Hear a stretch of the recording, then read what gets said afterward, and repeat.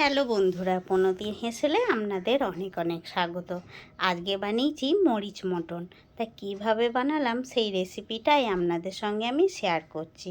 তো দেখুন, এখানে আমার 1 কিলো মটন, ওটাকে আমি দুটো মাত্র প্রেসার কুকারে সিটি দিয়ে রেখে দিয়েছি, সাথে স্টকটা রেখে দিয়েছি বাড়তি।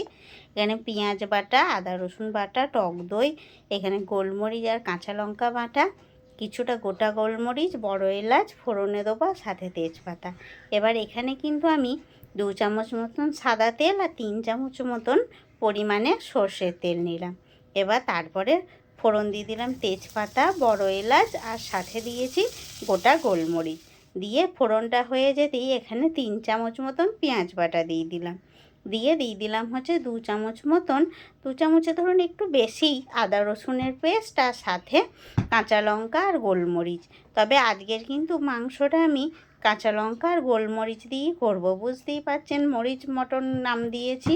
তার সঙ্গে অল্প পরিমাণে হলুদ দিলাম আর 1 চামচ লবণ দিলাম, কারণ মটনটা সেদ্ধ করার সময়ে আমি কিন্তু 2 চামচ মতন লবণ দিয়েছি। এবার ফ্যাটানো টক দই দিয়ে দিলাম 100 গ্রাম মতন। তারপরে ভালো করে কিন্তু কষিয়ে নিতে হবে। কষিয়ে নিয়ে যখন একটু তেল ছাড়তে লাগবে, তখন সেদ্ধ করা মাংসটাকে দিয়ে দিতে হবে।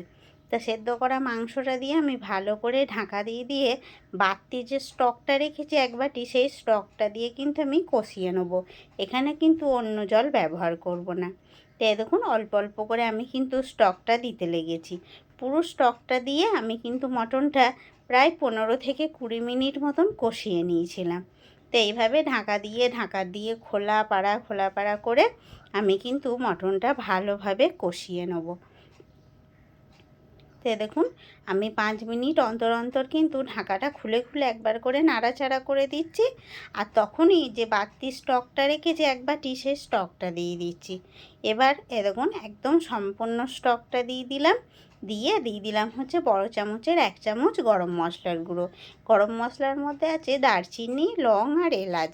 এবার আরও ভালো করে কষিয়ে নেব। আর এই কষানো টাইমে কিন্তু কোনো আমি ধরুন জিরে কিংবা ধনে কোনোরই ব্যবহার করছি না। শুধুমাত্র আদা রসুন পেঁয়াজ এইসব বাটা দিয়ে আর কাঁচা লঙ্কা আর গোলমরিচ। এবার যেই কষানো হয়ে গেছে, ঠিক আমি পরিমাণ মতন 1 বাটি উষ্ণ গরম জল দিয়ে দিলাম। আর যেহেতু মটনটা আমার সেদ্ধ করা ছিল, আবার 20 মিনিট কষিয়েছি, তাই 20 মিনিট থেকে 25 মিনিট মতন ঢাকা দিয়ে ফুটিয়ে নিলেই কিন্তু আমার রেডি হয়ে যাবে। তো বন্ধুরা, গ্যাসটা অফ করে এবার একদম ঢাকা দিয়ে খানিকক্ষণ রেখে দিলেই ব্যাস তৈরি হয়ে গেল গরমের একদম হালকা পাতলা মরিচ মটন। তো বন্ধুরা, আজকের ভিডিওটা আমার এই অবধি।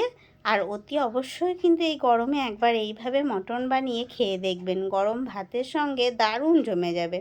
তো ভিডিওটি ভালো লাগলে আমার চ্যানেলটা সাবস্ক্রাইব করে একটা লাইক শেয়ার কমেন্ট করবেন।